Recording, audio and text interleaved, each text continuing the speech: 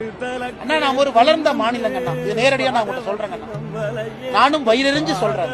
நாம் ஒரு வளர்ந்த மாநிலம். இந்தியால நம்பர் 2வது இடத்துல இருக்கிற மகாராஷ்டிராக்கு அப்புறம் படித்தவர்கள் அதிகமாக இருக்கக்கூடிய மாநிலம்.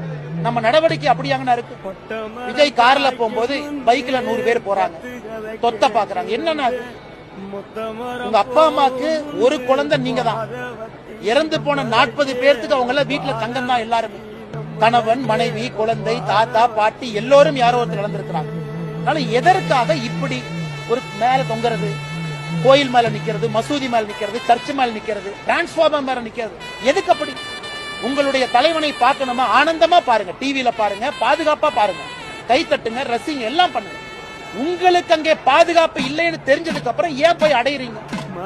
இன்னைக்கு ஒரு ஸ்கொயர் மீட்டரை பொறுத்த வரைக்கும் 2 பேர் தாங்க நிக்கலாம். 2 பேர் என்னதான் பாதுகாப்பு ஒரு ஸ்கொயர் மீட்டர்.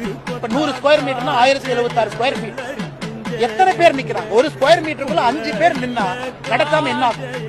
அதனால் யாரின் மீது குறை சொன்னாலும், அரசு, எஸ்பி, டிசி, விஜய் அவங்க இவங்கன்னு யாரு மேல சொன்னாலும், கூட்டத்துக்கு வருகின்ற ஒருத்தரும் யோசிக்கணும். உங்க குடும்பத்துக்கு நீங்க மட்டும்தான். உங்களை இழந்துட்டா அவங்களுக்கு அது லைஃப் டைம் போச்சு. ஆனால் நீங்க தயவு செஞ்சு யார வேணாலும் போய் பாருங்க, டிவியில பாக்குறவங்கள பாருங்க, யூடியூப்ல பாக்குறவங்கள பாருங்க, தூரத்துல இருந்து பாருங்க. அங்க போனதுக்கு அப்புறம் பாதுகாப்பு இல்லைன்னு தெரிஞ்சதுக்கு அப்புறம் ஏன் உள்ள போறீங்க? எதுக்காக பைக்ல துரத்துறீங்க? என்னது? நீங்க கீழே விழுந்தா யாருக்கு பிரச்சனை? மத்தவங்களுக்கு 10 லட்சத்துல ஒருத்தர் நீங்க, ஆனா உங்க அப்பாக்கு நீங்க மட்டும்தான், அம்மாக்கு நீங்க மட்டும்தான்.